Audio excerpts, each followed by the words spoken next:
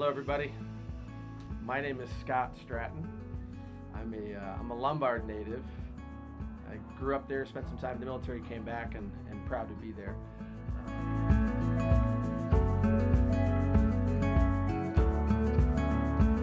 I started about 5.5 years ago, and how I got into it is that my oldest daughter was considering going into the Air Force. And at that time, I was as supportive as I could be, and we knew that we were going to have to get into some sort of physical fitness program, and CrossFit was accessible to us. It was at the park district that we were a member at. So we showed up for a class, and I loved it. I thought right out of the gate, it reminded me of my military experiences with shared hardship, a goal, cheering for the person next to you, really having to get in and out of your own head and get through these movements. And when the workout was over, I thought I found something that I could really get excited about, and I looked to my left to see my daughter laying on the ground saying never again. So she never went back to CrossFit. She did not join the military, but I was hooked, and shortly thereafter I became a member, and I've been CrossFitting ever since now. So yeah, I think this is going on my 6th year, 5.5 years. So it's been great. It's been a great experience. It's given me a lot.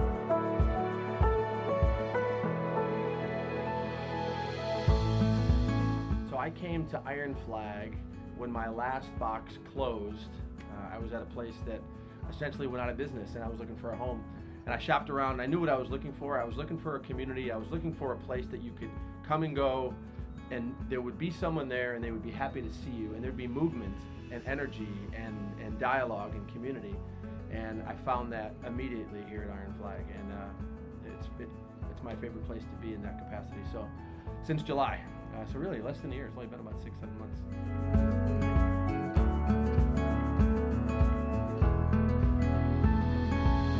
So that's an interesting story. Like I said, I've been doing CrossFit for about 5.5 years, but I have been coaching girls softball, girls travel softball for about 10 years. My youngest daughter plays, and I enjoy the idea of coaching. Maybe we all have experiences as a kid, what it was like.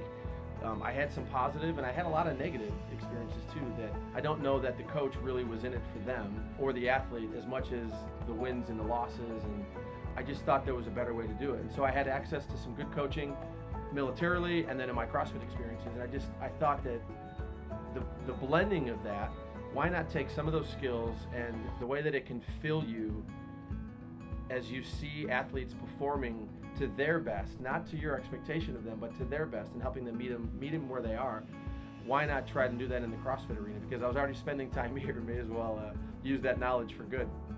And so in that, ironically, I had signed up for the L1, the certification, and I saw Jared and Kelly at the CrossFit Games up in Madison, and that was, I guess, the end of July, early August.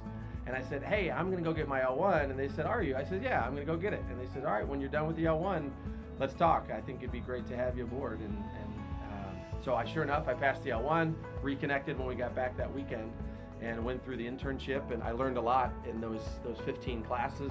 There's such a great group of coaches here. There's so much to learn and to learn from, and I've been doing it ever since, and I enjoy it. It's one of the favorite things I do in my life is the ability to coach and then perform these movements with with people in the class and sweat and learn and grow.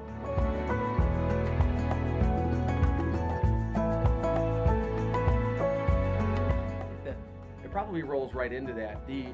When you meet someone who has a goal, or they may not even know how to articulate it, but just by sitting and listening, that process of self-discovery for them, and then you being open to the dialogue, and when you have a chance to share, mostly through listening, but when you have a chance to share, and you can arrive together at where we're trying to take all this.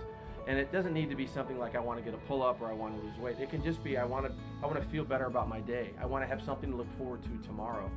It's really hard to leave here after 60 minutes of work and not feel better about the things you've done and the things that you're capable of doing. And I think that it's so rewarding, and the carryover about what you put in this space, and it doesn't seem like much. You know, you walk in and there's equipment and there's people, but there's no pretense.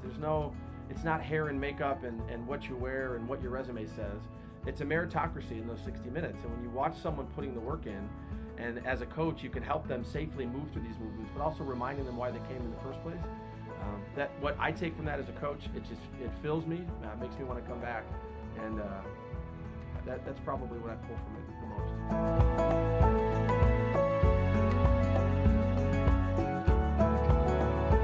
So this is a great question.